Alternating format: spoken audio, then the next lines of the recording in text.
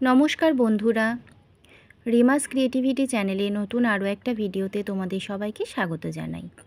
আজকে 13ই আষাঢ় 28শে জুন মা বিপত্তারিণীর পুজো। আষাঢ় মাসে রথযাত্রা ও উল্টো রথের মধ্যে যে মঙ্গলবার বা শনিবার পড়ে সেখানেই বিপত্তারিণী পুজো করা হয়। আজ শনিবার প্রথম বিপত্তারিণীর পুজো, দ্বিতীয় পুজো হবে আগামী মঙ্গলবার। শাস্ত্রমতে দেবী দুর্গার 108টি রূপের একটি হলো বিপত্তারিণী। ভক্তদের কাছে মা দুর্গা কখনো জগদ্ধাত্রী, কখনো বা কালী, তিনিই আবার দেবী বিপত্তারিণী। ধর্মীয় শাস্ত্র অনুযায়ী দেবী বিপত্তারিণী সমস্ত বিপদ থেকে রক্ষা করেন। শ্রদ্ধা এবং ভক্তি ভরে বিপত্তারিণীর পুজো করলে সমস্ত সংকট কাটানো যায় বলেই প্রচলিত বিশ্বাস। এই পুজোয় সব কিছুই 13টি করে দেবীকে নিবেদন করার রীতি রয়েছে। ব্রত পালনের সময় উপাচার হিসাবে 13টি ফল, ফুল, 13টি গিঁট দেয়া লাল সুতো এবং দুর্ব থাকা বাধ্যতামূলক। এছাড়া আরও বিশ্বাস করা হয়, স্ত্রীলোকেরা মনে মনে যা চেয়ে এই ব্রত পালন করে তাদের সেই মনস্কামনা সফল হয় এবং এই ব্রত পালন করলে সংসারের সব বিপদ কেটে যায়। বলা হয়, দেব অসুরগণ যখন সমুদ্র মন্থন করছিল তখন যে বিষ উঠে আসে ভগবান শিব মা দুর্গার নাম স্মরণ করেই সেই বিষ পান করেন এবং সেই বিপদ থেকে ভগবান শিবকে মা দুর্গাই রক্ষা করেছিলেন। এই ব্রত সম্বন্ধে আরও একটি কথা বলা হয়, যশোদা কৃষ্ণের ছোটবেলায় তার হাতে দুর্গা নাম স্মরণ করে রক্ষা কবচ বেঁধে দিতেন যাতে কোনো বিপদ না হয়।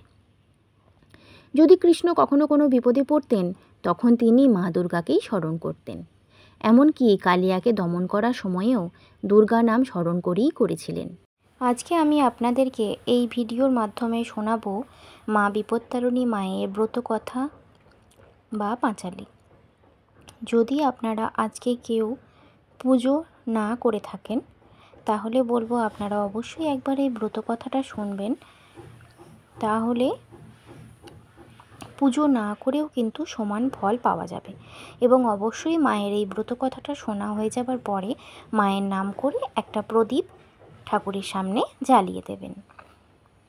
তাহলে চলুন জেনে নেওয়া যাক এই ব্রতের পিছনে থাকা প্রচলিত কাহিনীটি। প্রাচীনকালে বিদর্ভ দেশে এক রাজা আর এক রানী ছিল।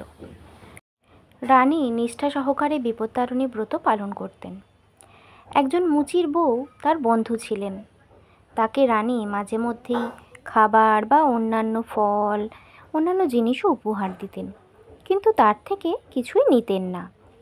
গরিব মুচি বউ রানীকে কিছু দিতে গেলেই রানী তাকে বলতেন কিছু লাগলে নিজেই চেয়ে নেবেন। এদিকে মুচি বউয়ের খুব ইচ্ছা রানীকে তিনি কিছু উপহার দেবেন, কিন্তু রানী আর কিছুই চান না তার কাছে। হঠাৎ একদিন রানী তাকে ডেকে জিজ্ঞেস করলেন, সই, তোরা তো গরুর মাংস রান্না করিস, নিয়ে আয় না একদিন, দেখবো কেমন দেখতে হয়। মুচি বউ তো রানীর আবদারে খুবই খুশি। অবশেষে তাহলে রানী তার থেকে কিছু তো চেয়েছেন। তিনি বাড়ি গিয়ে খুব যত্নে গোমাংস রান্না করে সেটা কাপড় চাপা দিয়ে রাজবাড়িতে এনে রানীকে উপহার দিলেন।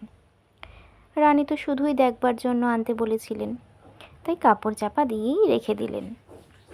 এদিকে মুচিনিকে মাংস আনতে দেখে রাজবাড়ির এক চাকর রাজাকে গিয়ে সে কথা বলে দেন। রাজা তো শোনা মাত্রই রানীর ঘরে উপস্থিত হয়ে তাকে জিজ্ঞেস করলেন যে মুচি বউ কী দিয়ে গেছেন। সঙ্গে রাজা এও জানালেন যে যদি আপত্তিকর কিছু থাকে তাহলে কিন্তু রানীর মুণ্ডুচ্ছেদ করা হবে। রানী ভয় পেয়ে মনে মনে মা বিপত্তারিণীকে ডাকতে থাকলেন।